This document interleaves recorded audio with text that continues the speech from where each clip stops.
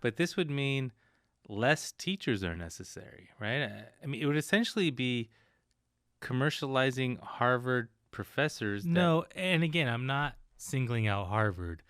I'm just trying to use something handy we're all familiar with. Okay.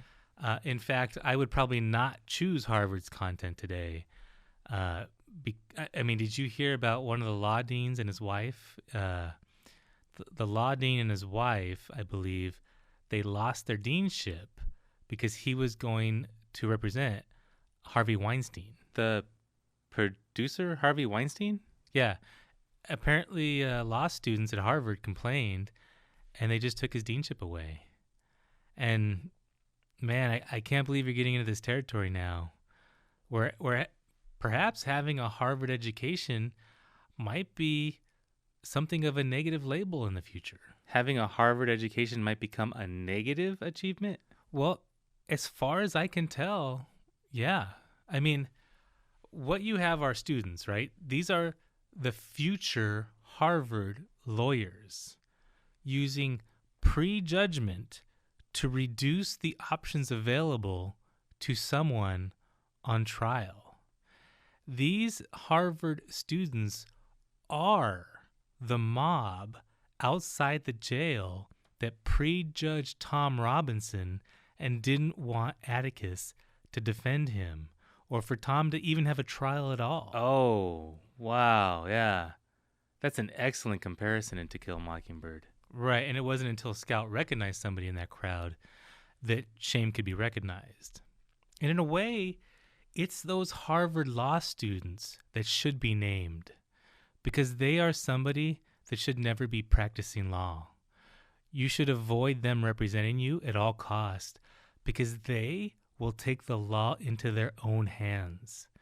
If they notice something about you, even if they're representing you, and they don't like it, even unrelated to your case, well, good luck, because little Mr. Justice Warrior is going to see to it that you're no longer able to affect his world in a way he doesn't agree with. Yeah, it seems like everyone has a hero complex nowadays. But I can see their point, right? I mean, many people feel Weinstein's guilty. But I don't like people who use the slippery slope argument. I find it's overused.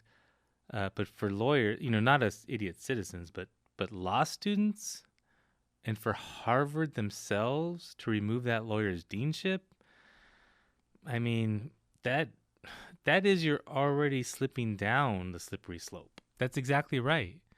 Are lawyers going to think twice about representing a client? Should lawyers decline clients because they are concerned about not being able to eat dinner in a restaurant the rest of their lives or getting their food spit in? Yeah, man, it's crazy.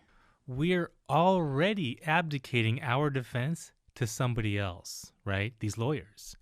And now these lawyers might be abdicating our defense to a crowd? Yeah, wow, exactly. Nobody would want that for themselves. The moment a good portion of your country thinks that they're unable to receive a fair trial, like even just that only third-rate lawyers are available to them, right? That's dangerous. The moment that's realized, what's the point? Time for a reformat. Yeah.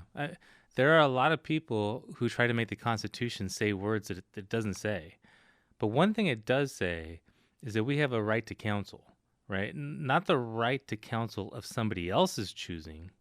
I mean, it's kind of like, hey, we don't like you, so we're going to only allow you to pick from that pool of lawyers over there, but not those lawyers over there.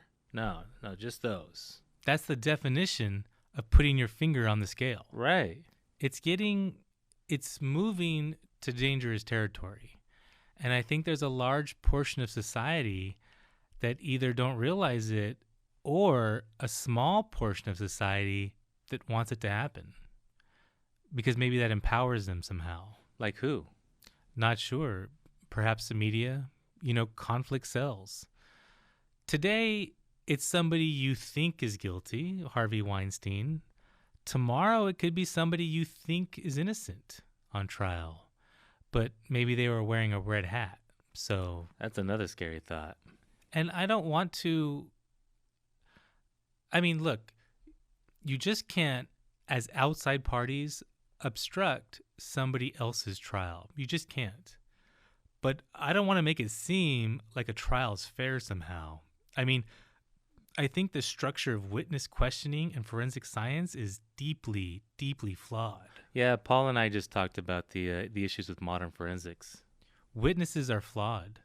What we understand about memory is direly insufficient. Memory is fragile and complex and susceptible. Yeah, we don't know a lot about memory, whole picture wise. Right, we know a lot about a little.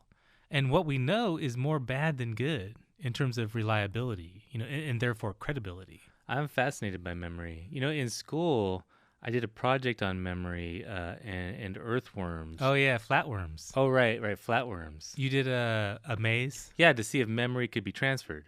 So I made a maze and then trained the flatworms to learn the maze. Right. And then you pureed them. Yeah, I pureed them and then I drank them and I could totally do the maze. You fed them to other flatworms? No, I drank them and then I was able to... Wait. The maze, was it like really, really difficult? No, it was totally easy. That's science. What is important is not the quantity of your knowledge, but the quality. You can know many things without knowing the most important. Tolstoy. Oh, did you see the latest one? To infinity and beyond. Tim Allen is a national treasure.